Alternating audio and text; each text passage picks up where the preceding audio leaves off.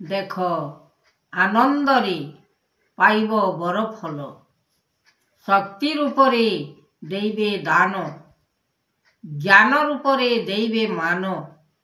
भक्ति रूपरे देइबे चरण सृष्टि अनेक विचार करिबे भल मंद वाणी सकल महिमांकर गुण सृष्टि देख केते रोग व्याधि आसीबो मनुष्य को लागी जीव आहुरी रोग व्याधि आसीबो नानादी रोग नानादी दुख नानादी कष्ट नानादी फल नानादी उपाय आसीबो संसार को धीरे धीरे आसीबो चापी मनुष्य भल भावरे रही मान्य धर्म गुण शक्ति रख आनंदित कर मन को तेबे उद्धार होइब रोग व्याधिरु महादेव ऋषि कहउछन्ति तांकर आदेश अनंत तांकर प्रसाद खाई मनुष्य आरोग्य होइब शक्ति भेट गुरु धर्मराज जहा देउछन्ति तांकर उपाय चरण मूल धर्म कर आद्य गुरु नाम धर हृदय वेदना लागी अछि सिना लय कृति महिमा जातना तांकर भावना शक्ति अनेक रूपरे अछि तेबे भल भावरे ज्ञान को रख ज्ञान आघ विचारी पछरे पाप करिब सेही आनंदित मन धरिब ज्ञान शक्ति पाइब परिपूर्ण निरामय देउछन्ति शक्ति को आनी ज्ञान विचारिब पवन रे बाणी स्रोत लागिब अलेख धर्म तांकर प्रसाद अटई नामई ब्रह्म चरण विचार करी भल भावरे मनुष्य भावी रख आनंदित होई सकल पूर्ण पथरे जीव भाव चरण लीलार आनंदरे पाइब ज्ञान मुक्ति वेद मुक्ति धर्म मुक्ति कर्म मुक्ति ए विचार करिबे जगन्नाथ आसी सकल विचार करिबे मनरे आनंदित रखिबे ठाकुरे चंद्रमा चातुरी रूप अनुभव करिबे आनंदित शून्य ब्रह्मरु लीला मय आसुअछि धर्म विश्वमय वाणी लागिब केते कहानी दुख विषे दुख पड़िब संसार केही न पारिब आउ वैद डाक्टर हटी जीवे देख मृत्यु होई जीव सबु ए कथा मनरे रखिथिब सते सत कि मिछ बोली भावी मन को आदर करिब चित्र लगाइब मन आउ दुनिया को विश्वमय वाणी रूप दुखरे भासिब नर एमंत विचार मनरे करिब केउ फल खाइले आरोग्य होइब एमंत मनरे गुरु ज्ञान कले सबु फल पाई जीव सकले रूपये महिमा करिथिबे बाना दुख उद्धारिबे जगतर नाथ देव स्वामी पाद भजिब तांकर चित भजिब अनंत भजिब गोविंद भजिब महामंत्र एही कथा मने रखिथिब तेबे बुझिब सकल विचार जहा बुझिथिब ताहा जे पाइब अनेक रमण नीति একথা বিচার রখিথিব ভাব সত্যকু পাইব সৃষ্টি যাহা আম্ভে তাহা কহুଅছু একা এমন মনরে রখিথিব লেখা চন্দ্রমা ভুবনে হরি দুঃখ পরীক্ষাকু করিব যে আশ্রে মনকু চিত্তকু লগাই ଏହି ପରୀକ୍ଷାରେ ମନ ଦେବ ଆଣି ଋଷିଙ୍କର ବାଣୀ ଚିତ୍ର ମନରେ ବିସ୍ପ ରଖିଥିବ ଦେଖ ଆନନ୍ଦ କରିବ ମୁଖ ଗୋବିନ୍ଦ ଚରଣ ଭଜିଛି ତେ ଜ୍ଞାନ ଭଜିବ ତାଙ୍କର ମୂଳ ଯାହା ଦେଇଥିଲେ ପରୀକ୍ଷା ଯେ କରି पंचधातु पंच अक्षर पंचमूल करी तियार सत्यरे रखिब आवरी पंचमूल रस पीब जे देख दुख जीव तेणु हटी पंचगोबर को करिब जे चित्र घरे चिंती देव सेही एमंत तियार करिब संसार न रहिब रुगी बागी एमंत विचार करिब मनरे रखिबे ठाकुरे अंतपुरे जातना करिब मनरे विचारी करिदेव तियार पंचुधातु आनी पिंधिब सकल पंचुमूल ज्ञान करी आत्मारे अनंत रखिब ठाकुर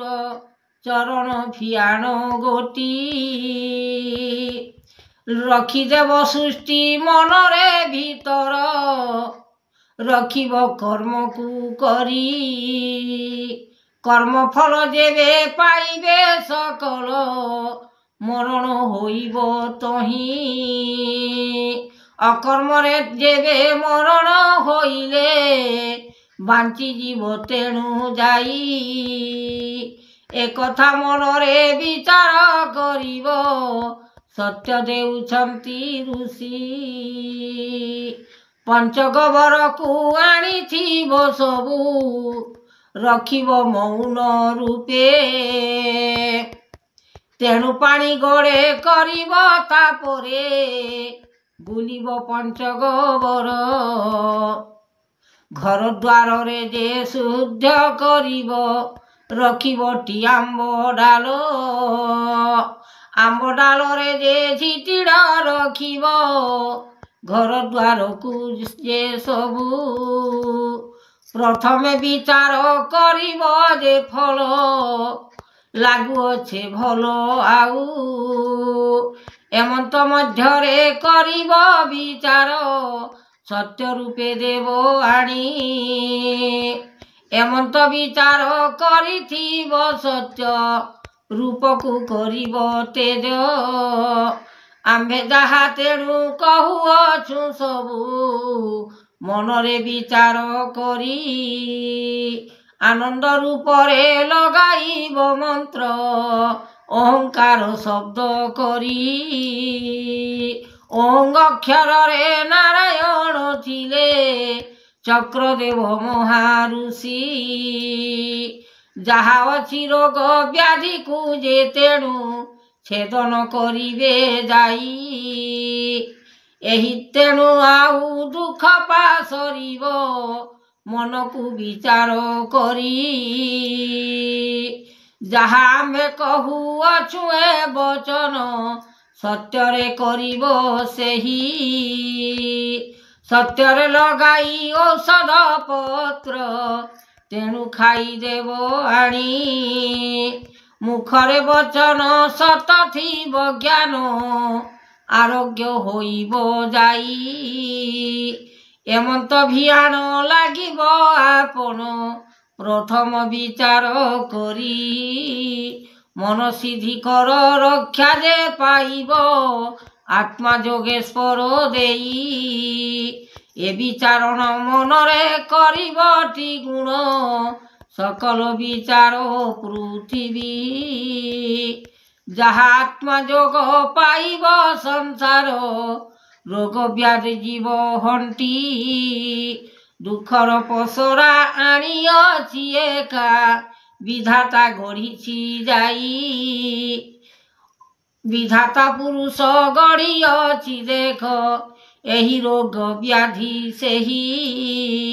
आत्मा जोगदान गढ़ी जे मन संसार दुनिया पाई जेउ आड़े रोग लगी अछि देख आसिब ब्रह्मांड पाई एही कथा जेबे विचार न कले पशिजीव रोग तही रोग व्याधि निश्चय आसिब पृथिवी चारिदिग भ्रमण करी चारिदिगरे जोगान जोगंतर लागिब मनरे भीतर तेबे उपाय कर आम्भे देवछु शक्ति बर दान देवछु स्वर्णरु बाहार रूपरेख विचारण कर प्रभुंकर आदेश अनंत ब्रह्मजात करिथिले सर्व ऋषि ज्ञानजात करिथिले आनंदरे हरि तांकर चरण सृष्टि मानी धर्म कर तेबे पाइब भल भल तेज शक्ति रूपरे जे करिब मनरे विचार तापरे तापरी लागी जीव धर्म विश्वमय वाणी